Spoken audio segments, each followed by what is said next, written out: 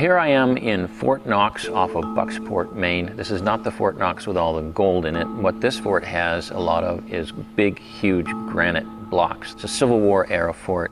It's got gun ports all around it, and the walls are so thick that if I reach through those gun ports, I can't possibly touch the outside of the wall. It's massive. Well, this fort is a fitting place to take up our discussion in this video series because one of the central points in this series is that Earth is a battlefield. In fact, all the life forms on Earth, from the microorganisms in our soil all the way up to the massive blue whale, function within a framework, a paradigm, if you will, of predator and prey, struggle and fear, while also dealing with disease and parasites and the constant threat of death. There is a pitched war going on, and what we're asking is, where is God in all this? Well, let's go back to what I said a minute ago. The Earth is a battlefield between opposing forces. And on this battlefield is playing out a war that we can barely see, a war between God and Satan. To understand the Earth, to understand God, to understand our lives, we first have to understand this war and our role in it, because everything that happens on Earth happens in the context of this great war. This war, oddly enough, started in heaven, where Satan was an angel, the highest ranking angel, actually, and he was then named Lucifer. We find that he had everything and functioned in a perfect universe. We also find that he wasn't satisfied. He wanted more.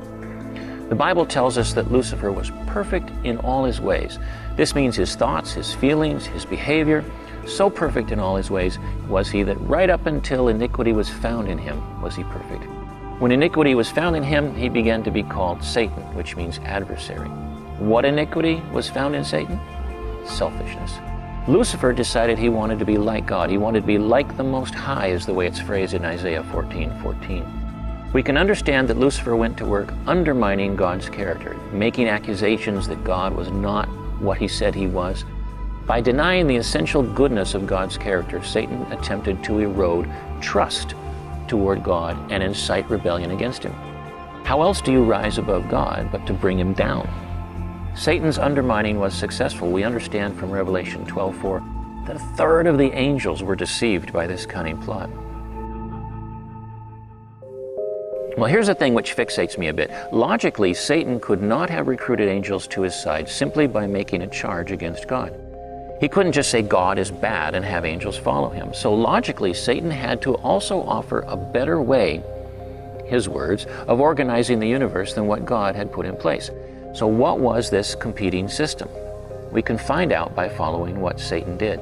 What Satan did was press his attacks, and as we're told in Revelation 12:7, war broke out in heaven. Ty Gibson has an excellent study on this subject, and he points out to this text that the word translated as war is polemos in Greek, which is related to the words like polemic and politics. And so the conflict wasn't primarily a war of physical engagement or force of arms. It was mostly a political war, a propaganda campaign, a character assassination scheme.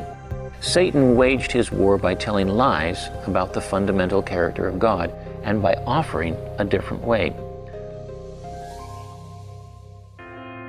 Looking at Satan's rebellion in Ezekiel 28:16, we find that Lucifer was cast out of heaven because he sinned.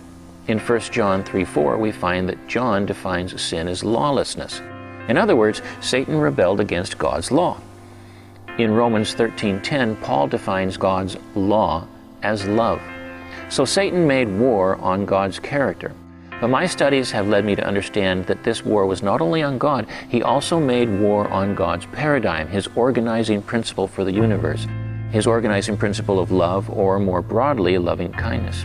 In a way, Satan had to do this because God's character of love was reflected in everything he did in creation. We're told in Revelation 12:9 that Satan and his angels, when they lost the war in heaven, were cast to the earth. Here Satan deceived man into sinning. When Satan overcame man, he took our dominion of the earth, and according to Corinthians 4:4, he's now the God of this world. That's God with a lowercase g. As God of this world, and as the former highest angel, Satan had sufficient power and sufficient freedom to twist creation and put into place his own operating system, his operating paradigm. In other words, Satan had a chance to pit his claimed system, his paradigm, against God's paradigm. And how do we know what Satan's paradigm is? Well, we only need to look at what Satan did to the earth. Looking around us, we see fierce competition, we see struggle, we see fighting, we see predator, we see prey, we see disease and suffering and death. The world calls it survival of the fittest, but it is more than that. I conclude that it is an intentionally designed system whose organizing principle is selfishness. What we see all around us then is the continuation on earth of the rebellion that Satan started in heaven. On the one side, we have God and his system of love, the loving kindness paradigm. On the other side is Satan and his system based on selfishness, the selfishness paradigm. What are the implications of a world run on the selfishness paradigm? Well, that's what we'll take up in the next video in this series, when we'll look at just how big a deal Satan's paradigm is, how it pervades everything here on earth, and what that means for you and me at this point in prophetic history.